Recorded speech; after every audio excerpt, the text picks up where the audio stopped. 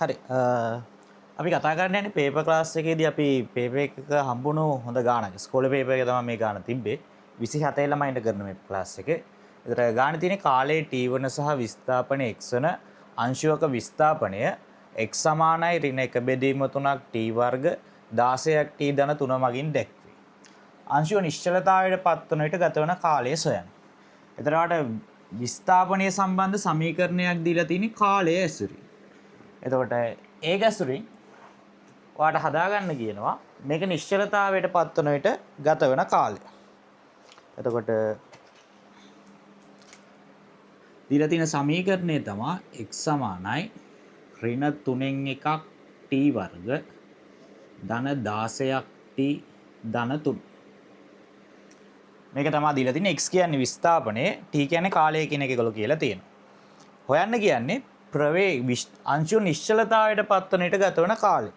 අංශු නිශ්චලතාවයට පත් වෙනවා කියන්නේ යාගේ ප්‍රවේගය බිඳුවක් වෙනවා කියන එක. ඒතර විස්ථාපනය ගැන සමීකරණයක් දීලා ප්‍රවේගය බිඳුව වීමට අදාළ කාලය තමයි ඉල්ලලා තියෙන්නේ. එතකොට මේක හදන්න ක්‍රම කිහිපයක්ම තියෙනවා. එතකොට දැන් 27 ළමයින්ට මේ වෙනකොට කරලා තියෙන්නේ චලිත සමීකරණ විතරයි. ඒ කියන්නේ චලිත සමීකරණ කොටස තමයි අපි මේ ප්‍රශ්නෙට අදාළව කරලා තියෙන්නේ. එතකොට චලිත සමීකරණ දාලා සාමාන්‍ය විදිහට මේ ගාන හදන්න නම් ටිකක් අමාරුයි. අපි මේ විදිහට ගාන හදලා බලමු මේකට කොච්චරලා යයිද කියලා. මේක MCQ පේපරේ තිබ්බ ප්‍රශ්නයක්. ඒතර MCQ පේපරේ තියෙන ප්‍රශ්න අපි ඉක්මනට හදන්න විදි ඉගෙන ගන්න ඕන. ඒතර කොහොමද මේ ප්‍රශ්නේ දිහා අපි බලන්න ඕනේ? අපිට x කියන එක විස්ථාපනයක් කියලා දන්නවා, t කියන්නේ කාලයක් කියලා දන්නවා. එතකොට අපි විස්ථාපනය සහ කාලය සම්බන්ධව දන්න සමීකරණය ආශ්‍රයෙන් තමයි මේක හිතන්න ඕන. ඒතර විස්ථාපනය සහ කාලය ඇසුරින් තියෙන සමීකරණයක් විදිහට වාස් දකින්න ඕනේ. මේවා ඒ කියන්නේ මේ විදිහට හදලා දැකලා තියෙන්න ඕනේ. මේක තේරුම් ගන්න. මම පාවිච්චි කරනවා s සමානයි ut ධන භාගයක් at වර්ග. අපිට තියෙන සරල රේඛීය චලිත සමීකරණය.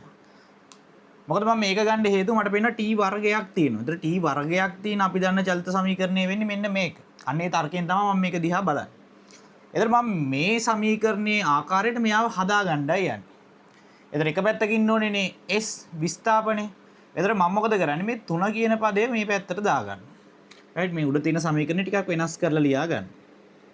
x ඍණ 3 සමානයි 16ක් t කියන එක මෙතනින් ලියා ගන්න.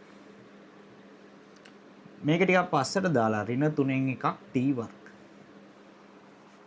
දැන් මට මේ පද ටික මොනා කරන්න පුළුවන්ද? වෙන වෙනම මට සමාන කරන්න පුළුවන්. මොකද දෙන්නම ඉන්නේ එකම ෆෝමැට් එකේ වගේ. එතකොට මට කියන්න පුළුවන් s කියන එක්කෙනා මට